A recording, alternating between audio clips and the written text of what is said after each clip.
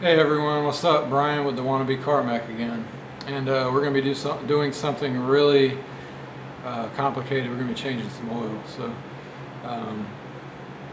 not going to be in anything big, but we're going to do it anyway. It's my little Toyota Corolla. It's a 96. It's got 230,000 miles on it. So, we're going to do that and see, hopefully it goes well. It seems that every time I work on this car, whether it be changing the oil, just simple stuff, I always find something wrong. So we're going to be doing the gearbox oil, but that's going to be in another video. But I did want to share one thing with you, and I'm in Florida, if anybody didn't know. It's July, obviously, and if I can get this to focus. It's hot, man. This is in my garage. And I actually have a breeze coming through here. So, in the sun it's probably way worse. I would imagine like 120-ish if you put this in the sun. So you might be asking, why is this guy doing an oil change in 100 degree weather? Well, I have a good answer to that. You might be thinking, do it in the morning, do it in the evening. Well, we had a tropical storm come through, which I had on another video. You can kind of scroll back, I can't remember which one it is, I'll put a link. But there's a tropical storm coming through and we got a few feet of rain. So that means a lot of standing water, right? So what do you get when you get a lot of standing water? Mosquitoes. If you walk out my front door, or anywhere in my yard, and this is kind of all over Florida, so I went to my brother's place, to work, everywhere, the mosquitoes will pick you up and carry you off. And I'll see if I can get some video. When I open my door, they're swarming, and it's really weird and strange because they're right at the door. So when I open the door, they're swarming everywhere, man. They're ready to pick me up. So, but if you work in the heat, mosquitoes aren't stupid. They know when we come out, especially when it's this hot, and they probably don't like the heat either. So doing it now, no mosquitoes, too hot for them. So let's see if we can get this knocked out. Should be fairly simple. Hopefully I don't find anything broken.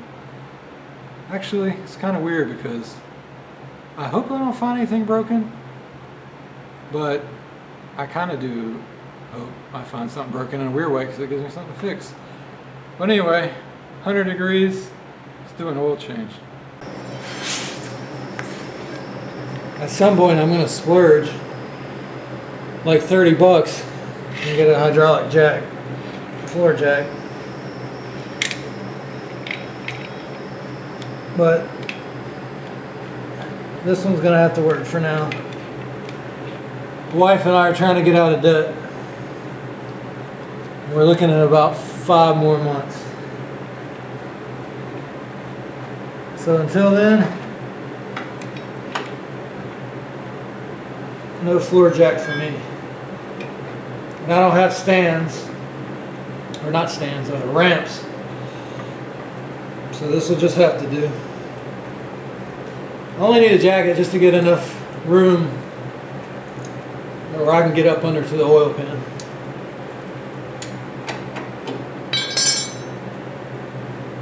Not too difficult. Remember what I said about finding stuff broken? I haven't got 2 steps in this thing. I got a piece of underbelly trim. Not sure what you call that. It's like the bolt has went through. But that's no sweat. Let's just put a washer on it. Kind of like this. And get that clamp back up there.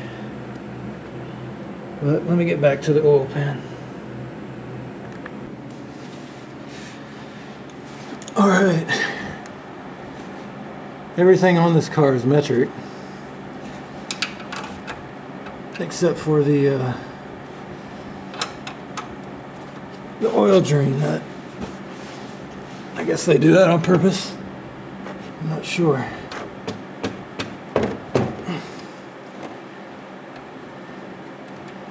This is my 1980 signature Craftsman series wrench there, man. Man, I've had this thing for a long time, since I was a kid. Alright, so I drain this oil when it's hot. A lot of people don't. And the reason I do this is because I'm used to draining aircraft engine oils. And if you have ever drained an aircraft engine, the oil out of an aircraft engine, you will know you will be there for days if you do it slowly.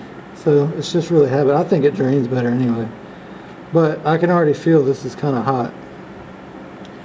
So I am going to maybe just put a little gloves. Probably good to keep the oil off my hand anyway. Little latex glove just so I don't burn myself. Alright, latex glove.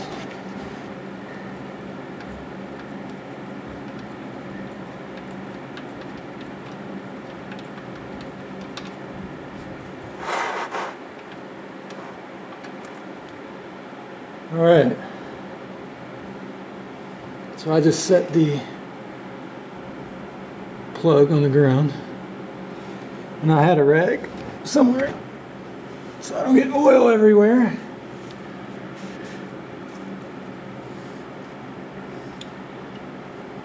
Now I don't know for sure, but I'd be willing to bet that this thing will drain a lot faster with the engine hot. With automobiles, I don't know how much faster it is.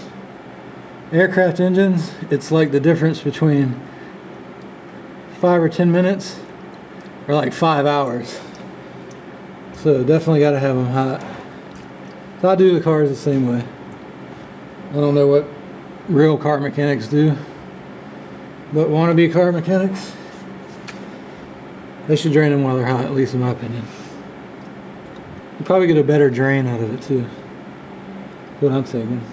It'll probably I don't know, I just think it probably more will come out as a whole than if it were cold.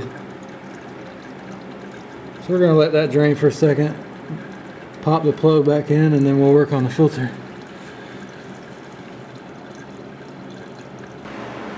Alright, remember I told you the engine was hot?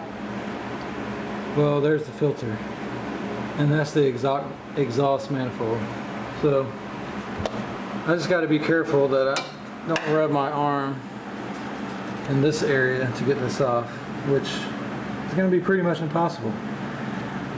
So I'm just going to throw a rag down, man up and just do it, or figure out some way. I know that I've tried it from the bottom in the past and it just doesn't really work out, so I'm going to try to do it like this, and we'll see what happens.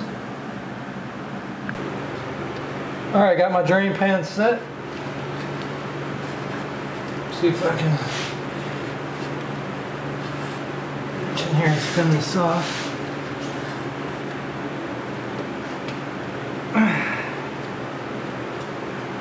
Alright. Not too hot.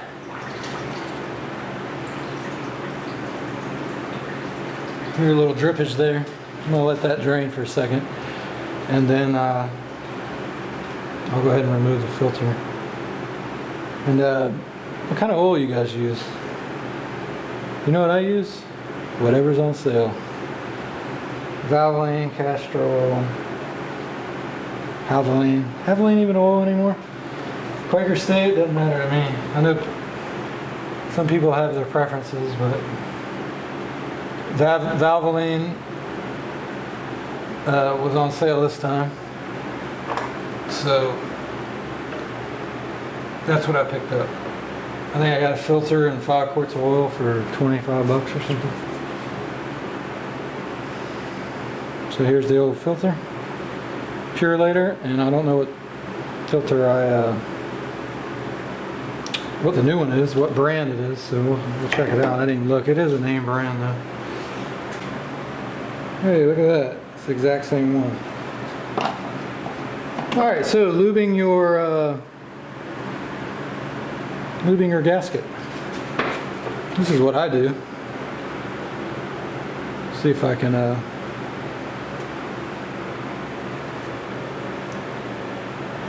get this to where it's in frame. This is the old one. It's got a little oil on it, right? So I'll just take the new one Kind of rub it around a little bit. And there you go. It's lubed. Alright, gonna try to put the new one back on.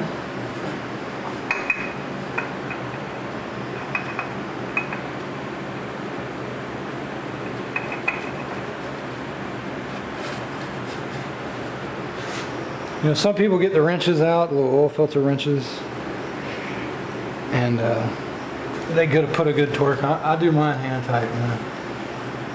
One reason I do it hand tight is this one's hard to get to with a wrench. Pretty much impossible. Without taking some of that skirting off underneath. That paneling that was actually falling down. So I just get mine nice and tight, snug, with my glove or my hand. And I've never had a problem with it. And that way, it's easy to get off when you're doing your oil change.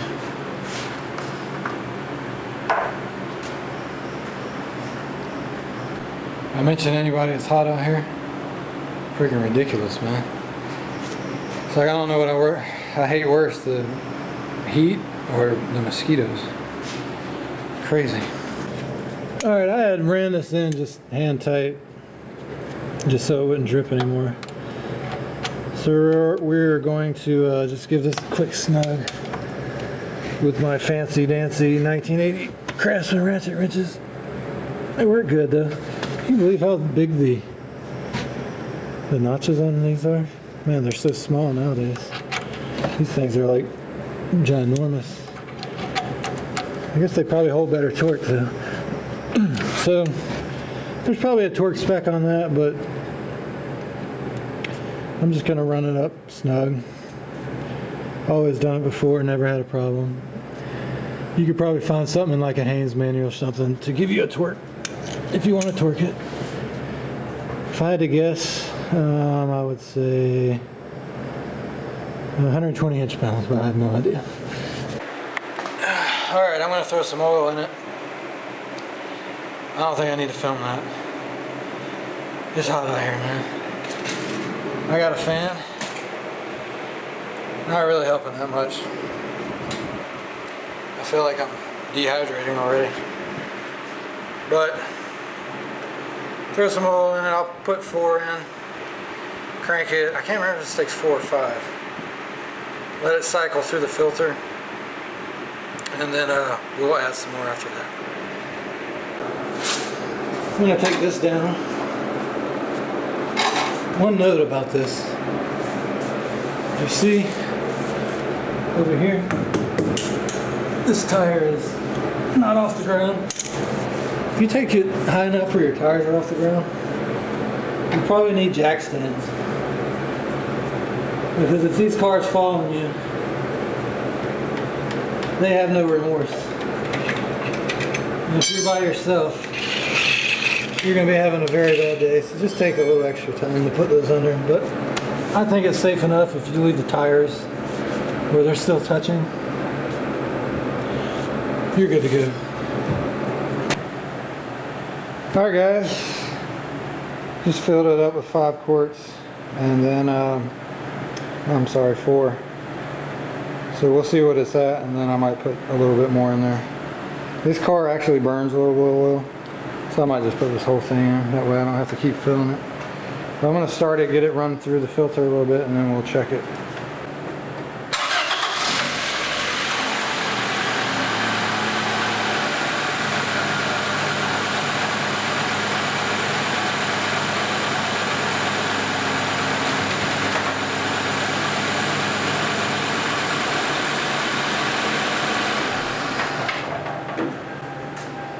Alright, we're going to let that sit for a minute.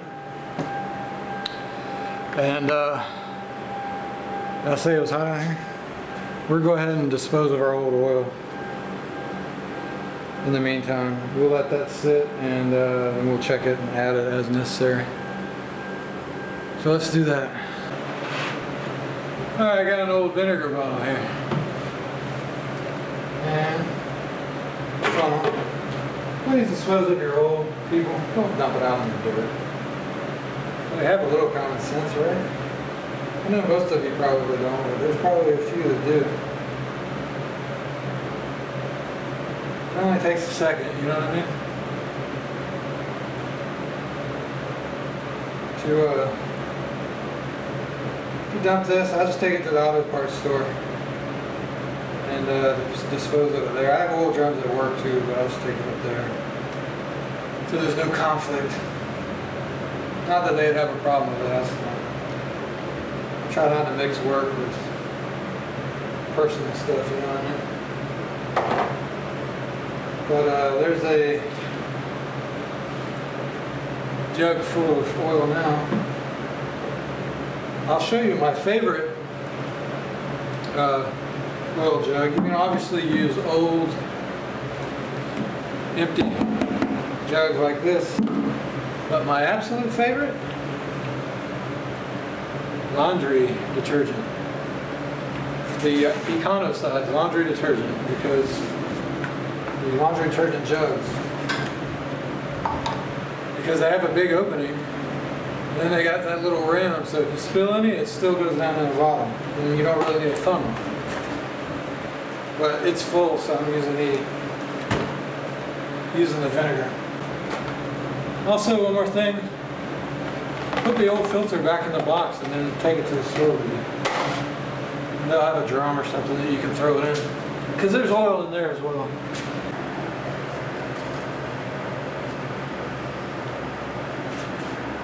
Alright, we're just about at the full mark, it looks like. So I'm going to roll with that. I'm not going to add any. I'll keep that other quart because this thing burns a little oil. So I'm going to keep the other quart. I usually go through about a quart every 1,000 miles. It's nothing much. So I'll add that as needed. Usually I kind of come up, if I fill it up to, you know, the little bit above the full in here somewhere, I don't really sweat it too much. Some cars, you know, say do not overfill or whatever, but I don't sweat it. I've never had any problems. I mean, you obviously don't want to like fill it way up here or something, but if you get it just over the full mark, I wouldn't sweat it, because I fill mine up because it burns, and then about that oil change, it might be down in here somewhere. Alright everyone, that's it. I'm going to wrap up the video. So basic oil change, but maybe you learned something, maybe you didn't. It is what it is. We're going to be doing gear, I call it gearbox, I'm used to aircraft. I mean manual transmission, gear oil.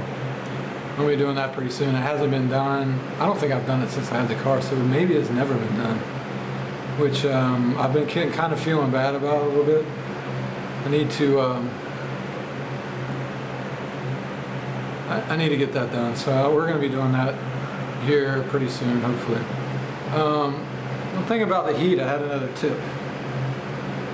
If you don't have Gatorade around, you're just drinking water. If a lot of people don't know it, water doesn't replenish your electrolytes. And the sodium helps retain your water so you don't dehydrate as fast. I make homemade kind of Gatorade. It's lemon juice, salt, sugar, and water. You just mix it up, stir it up, and it works way better than water. And it's cheap. I mean, it's like probably what, a couple pennies versus a Gatorade, but whatever you want to do. But if you don't have Gatorade and you got some lemon juice laying around, I assume you have sugar. You can use honey. I used agave nectar in this one. And then just sprinkle some salt in there, stir it up. The salt and the sugar don't really dissolve that well, so you might need to stir it up every once in a while, but it works way better in water. So I'm out. Remember,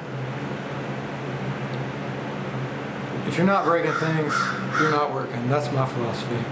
So don't worry about breaking stuff. Try to do this stuff yourself, because it's going to save you some money. To me, it's fun to do. And maybe you can learn a thing or two. Start doing all your own maintenance. But we'll see you on the next video. Hopefully we'll be doing the manual transmission fluid, or gearbox oil. See you guys later.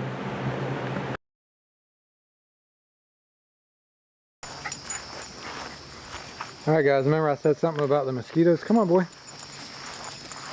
Let's Let's get Buddy and myself out here to do a little test. Come on over here, boy. Let's see how long it takes him to hone in on us. He's a little scared because of the thunder, but man, they are already all over me, man. Damn. I don't think they're honing in on Buddy, they're honing in on me. I don't know if you can see that, but man, they are everywhere. I mean, I am just completely and utterly covered. Look at this, look at the size of this thing. Look at that one. It's like a turkey on my arm, man. Damn, I gotta get out of here. Come on, boy. They are bad. When I said carry you off, man, I wasn't kidding around. Look at this little guy. Trying to crowd my space here, man.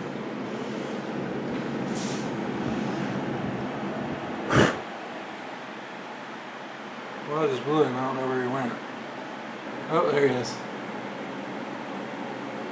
As long as he's not coming near me.